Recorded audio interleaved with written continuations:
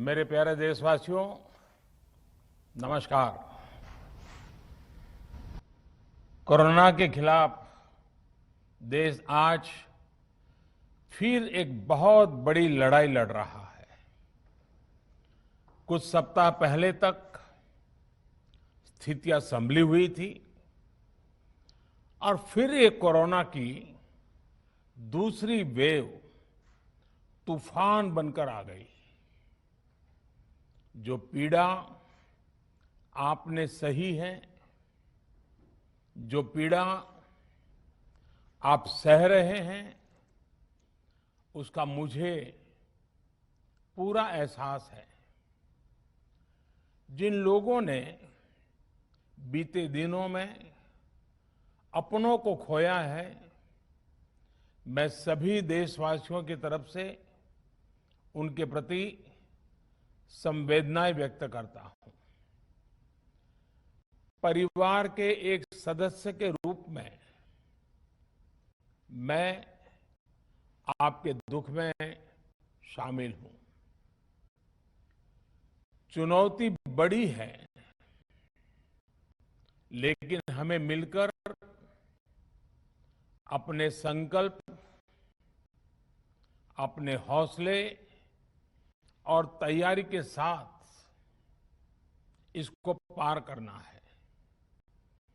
साथियों, अपनी बात को विस्तार देने से पहले मैं देश के सभी डॉक्टरों, मेडिकल स्टाफ, पैरामेडिकल स्टाफ, हमारे सभी सफाई कर्मचारी भाई बहन, हमारे एम्बुलेंस के ड्राइवर्स, हमारे सुरक्षा बल, पुलिसकर्मी, सभी की सराहना करूंगा। आपने कोरोना की पहली वेव में भी अपना जीवन दांव पर लगाकर लोगों को बचाया था। आज आप फिर इस संकट में अपने परिवार, अपने सुख, अपनी चिंता छोड़कर दूसरों का जीवन बचाने में दिन रात जुटे हुए हैं। साथियों, हमारे शास्त्रों में कहा गया है, त्याज्यम न धैर्यम विदुरेऽपि काले, अर्थात कठिन से कठिन समय में भी हमें धैर्य नहीं खोना चाहिए। किसी भी परिस्थिति से निपटने के लिए हम सही निर्णय लें, सही दिशा में प्रयास करें, तभी हम विजय हासिल कर सकते हैं। इसी मंत्र को सामने रखकर आज देश दिन रात काम कर रहा है।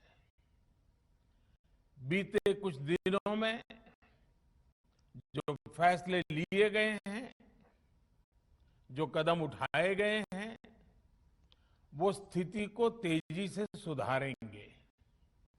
इस बार कोरोना संकट में देश के अनेक हिस्से में ऑक्सीजन की डिमांड बहुत ज्यादा बढ़ी है। इस विषय पर तेजी से और पूरी संवेदनशीलता के साथ काम किया जा रहा है। केंद्र सरकार, राज्य सरकारें, प्राइवेट सेक्टर, सभी की पूरी कोशिश है कि हर जरूरतमंद को ऑक्सीजन मिले। ऑक्सीजन प्रोडक्शन और सप्लाई को बढ़ाने के लिए भी कई स्तरों पर उपाय किए जा रहे हैं। राज्यों में नए ऑक्सीजन प्लांट्स हो, 1 लाख नए सिलेंडर पहुंचाने हो, औद्योगिक इकाइयों में इस्तेमाल हो रही ऑक्सीजन का मेडिकल इस्तेमाल हो, ऑक्सीजन रेल हो, हर प्रयास किया जा रहा है। साथियों, इस बार जैसे ही कोरोना के केस बढ़े, देश के फार्मा सेक्टर ने दवाइयों का उत्पादन और बढ़ा दिया है। आज जनवरी फरवरी की तुलना में देश में कई गुना ज्यादा दवाइयों का प्रोडक्शन हो रहा है।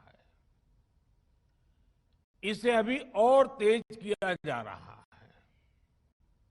कल भी मेरी देश की फार्मा इंडस्ट्री के बड़े जो प्रमुख लोग हैं, उसके जो एक्सपर्ट लोग हैं, उनसे बहुत लंबी चर्चा हुई है। प्रोडक्शन बढ़ाने के लिए हर तरीके से दवाई कंपनियां की मदद ली जा रही है। हम सौभाग्यशाली हैं कि हमारे देश के पास इतना बड़ा मजबूत फार्मा सेक्टर है जो बहुत अच्छी और तेजी से दवाइयां बनाता है।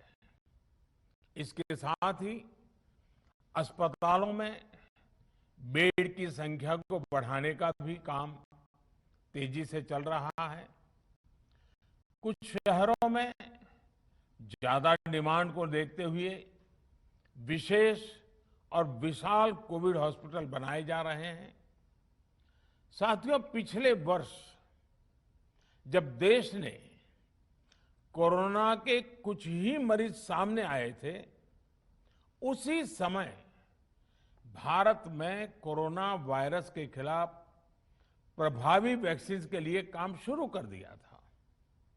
हमारे वैज्ञानिकों ने दिन रात एक करके बहुत कम समय में देशवासियों के लिए वैक्सीन विकसित की है। आज दुनिया की सबसे सस्ती वैक्सीन भारत में है। भारत की कोल्ड चेन व्यवस्था के अनुकूल वैक्सीन हमारे पास है। इस प्रयास में हमारे प्राइवेट सेक्टर ने इनोवेशन और एंटरप्राइज की भावना का बेहतरीन प्रदर्शन किया है। वैक्सीन की अप्रूवल्स और रेगुलेटरी प्रोसेसेस को फास्ट ट्रैक पर रखने के साथ ही सभी साइंटिफिक और रेगुलेटरी मदद को बढ़ाया गया है। यह एक टीम एफर्ट है जिसके कारण हमारा Bharat 2 made in India vaccine के साथ दुनिया का सबसे बड़ा टीकाकरण अभियान शुरू कर पाया। टीकाकरण के पहले चरण से ही गति के साथ ही इस बात पर जोर दिया गया कि ज्यादा से ज्यादा क्षेत्रों तक, जरूरतमंद लोगों तक वैक्सीन पहुंचे। दुनिया में सबसे तेजी से भारत में पहले 10 करोड़, फिर 11 करोड़ और अब 12 करोड़ वैक्सीन डोज दिए गए हैं। आज कोरोना से इस लड़ाई में हमें हौसला मिलता है कि हमारे health care workers, frontline corona warriors और सीनियर सिटीजन्स के एक बड़े हिस्से को वैक्सीन का लाभ मिल चुका है। साथियों, कल ही वैक्सीन को लेकर हुए एक और अहम फैसला भी हमने किया है। 1 मई के बाद से 18 वर्ष के ऊपर के किसी भी व्यक्ति को वैक्सीनेट किया जा सकेगा। अब भारत में जो वैक्सीन बनेगी उसका आधा हिस्सा सीधे राज्यों और अस्पतालों को भी मिलेगा। इस बीच गरीबों, बुजुर्गों, निम्न मध्यम वर्ग के लोग 45 वर्ष की आयु के ऊपर के व्यक्तियों के लिए केंद्र सरकार का जो वैक्सीन कार्यक्रम चल रहा है वो भी उतनी ही तेजी से जारी रहेगा। पहले की तरह ही सरकारी अस्पतालों में मुफ्त वैक्सीन मिलती रहेगी, जिसका फायदा, जैसा मैंने कहा, हमारे गरीब परिवार हो, हमारे मध्यम वर्ग, निम्न मध्यम वर्ग के परिवार हो, वो उनका लाभ उठा सकेंगे। साथियों, हम सभी का प्रयास जीवन बचाने के लिए है, और जीवन बचाने के लिए तो है ही, प्रयास से भी ये है कि आर्थिक गतिविधियां और आजीविका कम से कम प्रभावित हो। प्रयास का तरीका यही रखा जाए। वैक्सीनेशन को 18 वर्ष की आयु के ऊपर के लोगों के लिए ओपन करने से शहरों में जो हमारे वर्कफोर्स है, उसे तेजी से वैक्सीन उपलब्ध होगी। राज्यों और केंद्र सरकार के प्रयासों से श्रमिकों को भी तेजी से वैक्सीन मिले लगेगी। मेरा राज्य प्रशासन से आग्रह है कि वो श्रमिकों का भरोसा जगाए रखे। उनसे आग्रह करें कि वो जहां है वहीं रहे। राज्यों द्वारा दिया गया ये भरोसा उनकी बहुत मदद करेगा कि वो जिस शहर में हैं, वहीं पर अगले कुछ दिनों में वैक्सीन भी लगेगी और उनका काम भी बंद नहीं होगा। साथियों, पिछली बार जो परिस्थितियां थी, वो अभी से काफी भिन्न थी। तब हमारे पास इस वैश्विक महामारी से लड़ने के लिए कोरोना स्पेसिफिक मेडिकल इंफ्रास्ट्रक्चर नहीं था। आप याद करिए, देश की क्या स्थिति थी। कोरोना टेस्टिंग के लिए पर्याप्त लैब नहीं, पीपीई का कोई प्रोडक्शन नहीं, हमारे पास इस बीमारी के ट्रीटमेंट के लिए कोई खास जानकारी भी नहीं। लेकिन बहुत ही कम समय में हमने इन चीजों में सुधार किया। आज हमारे डॉक्टरों ने कोरोना के इलाज की बहुत ही अच्छी एक्सपर्टीज हासिल कर ली है। वो ज्यादा से ज्यादा जीवन बचा रहे हैं। आज हमारे पास बड़ी मात्रा में पीपीई किट्स हैं, लैब्स का बड़ा नेटवर्क है, और हम लोग टेस्टिंग की सुविधा को निरंतर बढ़ा रहे हैं। साथियों, देश ने कोरोना के खिलाफ अब तक बहुत मजबूती से और बहुत धैर्य से लड़ाई लड़ी है। इसका श्रेय आप सभी को, सभी देशवासियों को ही जाता है। अनुशासन और धैर्य के साथ कोरोना से लड़ते हुए आप देश को यहां तक लाए हैं। मुझे विश्वास है, जन भागीदारी की ताकत से हम कोरोना के इस तूफान को भी परास्त कर पाएंगे। आज हम अपने चारों ओर देख रहे हैं कि कैसे कई लोग, कई सामाजिक संस्थाएं जरूरतमंदों तक मदद पहुंचाने में दिन रात जुटे हैं। दवाई पहुंचाना हो, खाने या रहने की व्यवस्था करनी हो, लोग पूरे मनोयोग के साथ काम कर रहे हैं।